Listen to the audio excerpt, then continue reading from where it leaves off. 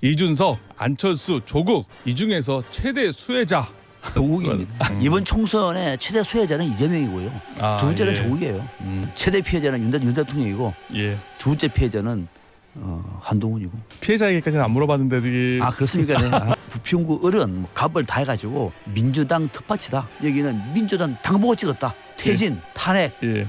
하야 얘기가 쏟아질 겁니다. 원희룡 정치인은 나름대로 선전했습니다만은 니보다는 오히려 이천수가 더 돋보이네. 그 여기를 시켜도 얻어먹고 예. 그렇게 할 필요는 저는 없다는 생각이 들어서. KBS FM 90.7MHz 까칠한 시선 이도영입니다. 오늘 40 총선 결과에 대해서 이야기해보도록 하겠습니다. 전국 투표율 67%로 마무리된 이번 총선 더불어민주당이 압도적 과반을 차지하며 일당을 유지했고요. 또 저국혁신당 돌풍이 투표로 이어져서 원내 3당에 진입하는 일도 발생을 했고요. 실제로 이번 총선 투표율은 1992년 14대 총선 이후 최고치인데요. 4년 전 21대 총선과 비교해서도 2.1%포인트 높은 수치입니다.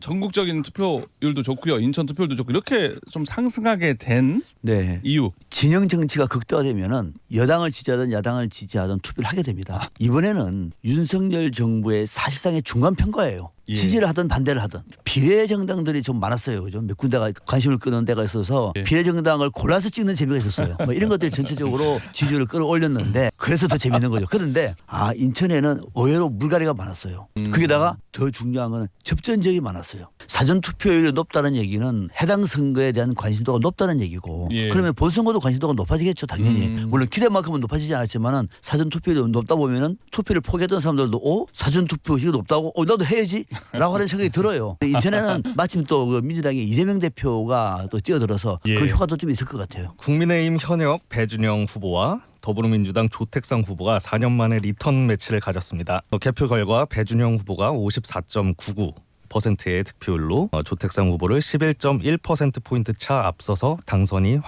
확정되었습니다. 지역에는 중구만 하더라도 구도심 아닙니까? 그죠? 오랫동안 사신 분들이 많아요. 중구 또 강화, 옹진구는 또 어르신들이 많이 삽니다. 예. 이분들 앞서 말씀드렸죠. 투표율도 높아요. 인구 분포도 많고 투표율도 예. 높다고 하면은 여기는 아무래도 투표율이 높은 쪽에서 유리한 국민의힘 후보가 유리하다 이렇게 보는 것이 맞는 것이고 그래서 예.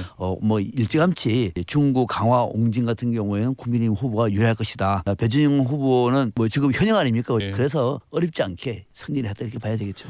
출구조사가 제대로 안 된 것이고 또 예. 사전투표나 본투표도 별 차이가 없는 거예요. 출구 예측조사하느라고 돈 많이 썼을 텐데 이렇게 잘 안 맞는 것 투자된 같아요. 경우가 많습니다. 알겠습니다. 다음 선거구 동구 미추홀구 갑과 동구 미추홀구 을 상황 살펴보겠습니다. 더불어민주당 허종식 후보가 국민의힘 심재돈 후보와 맞붙어서 7.47%포인트 차로 당선을 확정지었습니다. 을 선거구에서는 국민의힘 윤상현 후보가 더불어민주당 남영희 후보와 리턴 매치를 펼쳐서 접전지었죠. 1025표 0.89%포인트 차이로 당선을 확정지었습니다. 거기에 지금 개표한 문제가 있었다고 그러던데 그 뭔 얘기입니까? 제가 듣기로는 예. 개표함 3개 정도가 예. 제대로 개표가 열리지가 않았다. 개표를 안 됐다. 그래서 예.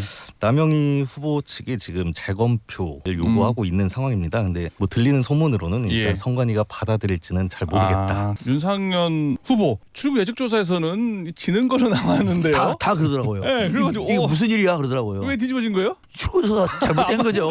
출구조사 왜 이렇게 안 맞는 거냐고요. 사전투표를 빼잖아요. 출구조사는 사전투표는 젊은 층이 지지하는 후보가 당선될 확률이 높아요. 남영희와 윤상현은 젊은 층 후보는 윤상현 지지가 엄청 많아요. 본투표까지도 다 총 계산하면은 이길 수 있는 거죠. 우리 의회 정치 안에서도 지역구 관리의 교과서예요. 어떤 교과서는 좋은 의미에서 교과서예요. 네. 쉽게 말하면 지역구민들의 민원이라든지 지역구민들의 목소리 정말로 경청하고요. 예. 아침에 일찍 일어나가지고 서울에 가지 않는 한 거기서는 지역구민들을 만납니다. 거기다가 이런 데는 또 스캔들이 없잖아요. 젊은 층하고 소통하는 몇 안 되는 정치인이에요. 연수 가볼까요? 연수구 갑과 을 선거 결과 어땠습니까? 연수 갑 세 번째 리턴 매치죠. 민주당 박찬대 후보가 국민의힘 정승현 후보를 상대로 6.4%포인트 차이로 꺾고 3선을 확정지었습니다. 을 선거구입니다. 역시 민주당 정일영 후보가 접전 끝에 국민의힘 김기흥 후보를 꺾었습니다. 득표수 차이는 3,000표 정도입니다. 남동구 상황 좀 살펴볼까요? 남동구 갑을 선거 결과 어떻습니까? 역시 더불어민주당 맹성균 이준규 후보가 손범규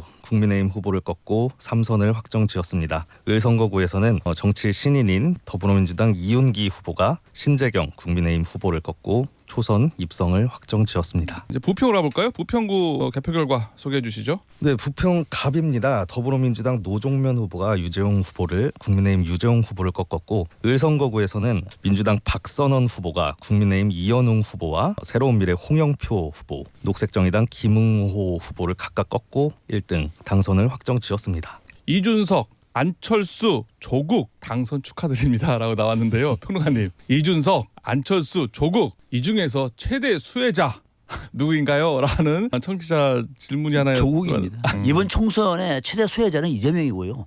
두 번째는 조국이에요. 최대 피해자는 윤 대통령이고 예. 두 번째 피해자는 한동훈이고. 피해자에게까지는 안 물어봤는데 이게 그렇습니까? 네. 아니 이준석 대표도 실력 발휘한 거 아니겠습니까? 어떻게 실력도 뭐 있으니까 나왔겠죠, 당연히. 그러나 운이 좋아한 게 민주당의 그 공용훈 후보의 말들이 많아가지고 다른 대안이 없으면 아마 그래도 됐을 텐데 예. 다른 대안이 있잖아요. 누구? 이준석. 그렇게 간 거예요. 안철수는 저는 좀 데려가 봤어요. 그 지역에는 원래 국민의힘도 유리했는데 이광재 후보가 그쪽에 왜 갔는지가 저는 이해가 잘 안 될 정도인데 그래도 지금 야당에서는 거물급 인사입니다. 안철수 의원이 오랫동안 틀을 닦아왔고 또 대선 주자예요. 그랬죠. 그래서 아무리 지금 정권 신반 바람이 분다고 하더라도 안철수는 이길 것이다 봤는데 이겼습니다만 이제 대선 주자급의 행보는 힘을 받았다 이렇게 말해야 됩니다. 당선자 예측하지 않으셨습니까? 네. 비슷하게 맞은 것 같아요. 어떻게 이렇게 분석을 잘 하셨죠? 이번 선거 전망에서는 제가 조금 주가를 발휘하고 있는데 170석을 제가 예상했었죠. 예. 이번에 국민의힘은 113석 예. 그걸 비슷했고 나머지는 한두 석일 것이다. 그렇게 예측하셨죠. 조국혁신당은 저는 9석을 예상했는데 12석이 나왔습니다. 저는 전체로 판세를 보기 때문에 그런 거예요. 여론조사에 흔들리지 않고 그리고 또 개인적인 호불호가 있기 때문에 좀 봤는데 아무튼 뭐 집중해서 전화를 많이 받고 있습니다.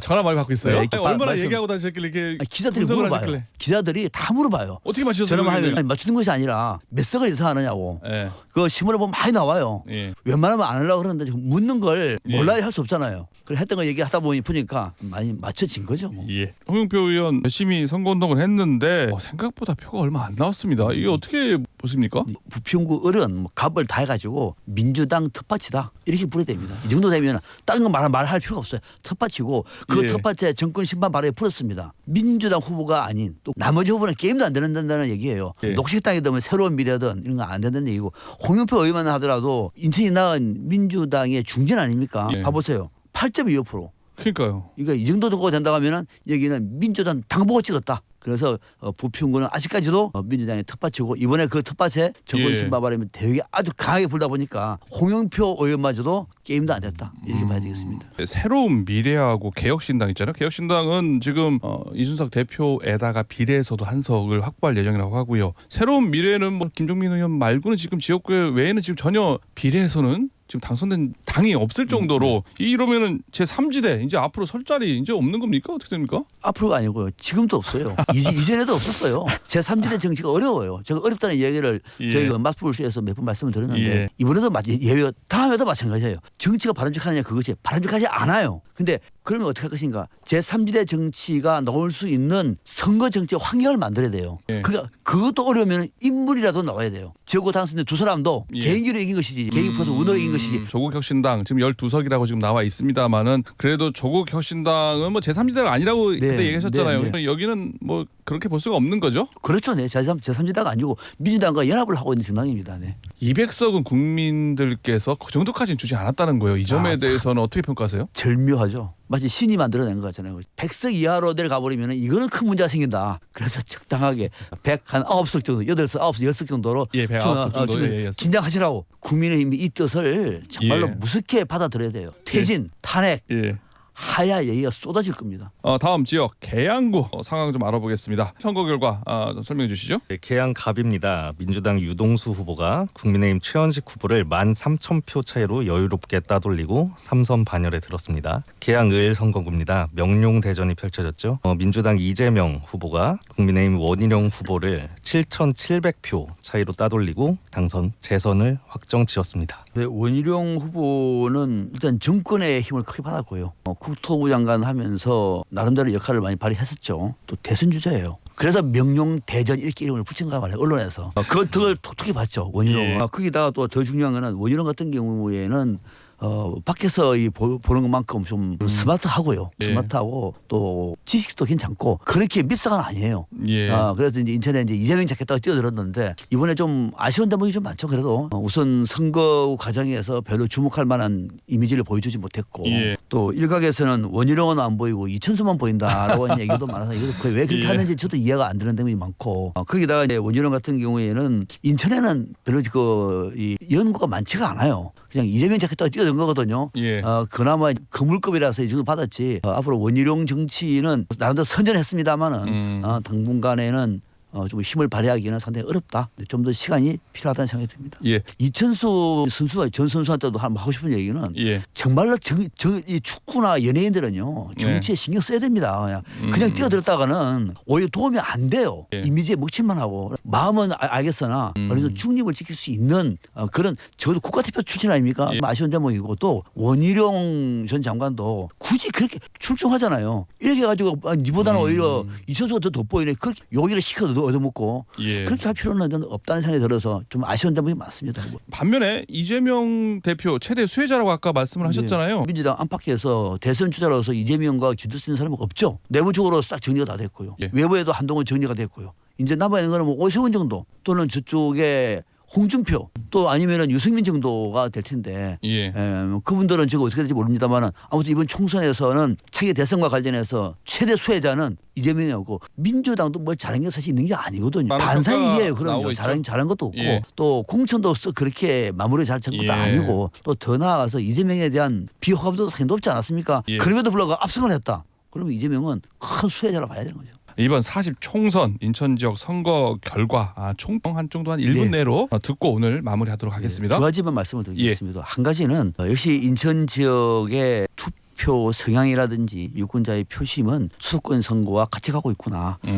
수도권 태풍의 정원지는 어떻게 보면 인천이다. 인천을 봐야 된다는 생각이 저는 들었고요. 첫 번째는. 또 하나는 그래도 지역구 관리를 잘하는 인사들은 인천에서는 대표적으로 윤상현 인천에서 앞으로 정치를 하려고 그러면 오랫동안 그 지역구민들과 호흡을 하고 또 더 나아가서 모범을 보여야 된다. 그러나 그럼에도 불구하고 정권 심판원이라든지 이번처럼 이렇게 가득한 태풍 앞에서는 상당히 무력할 수가 있기 때문에 지역구와 함께 호흡하는 그런 정치인이 필요하다. 그리고 두 번째로는 인천 지역이 투표율이 높았습니다. 예. 이제 인천도 투표율이 높아서 정치에 관심 지역으로 고맙게도 생각하고 좀 축하하고 예. 싶은 그런 생각이 듭니다. 오늘 정치 맛보쇼 여기서 마무리하도록 하겠습니다. 오늘 출연해 주신 박상병 시사평론가 경향방송 보도국 윤중관 기자 오늘 고맙습니다. 네, 고맙습니다. 감사합니다.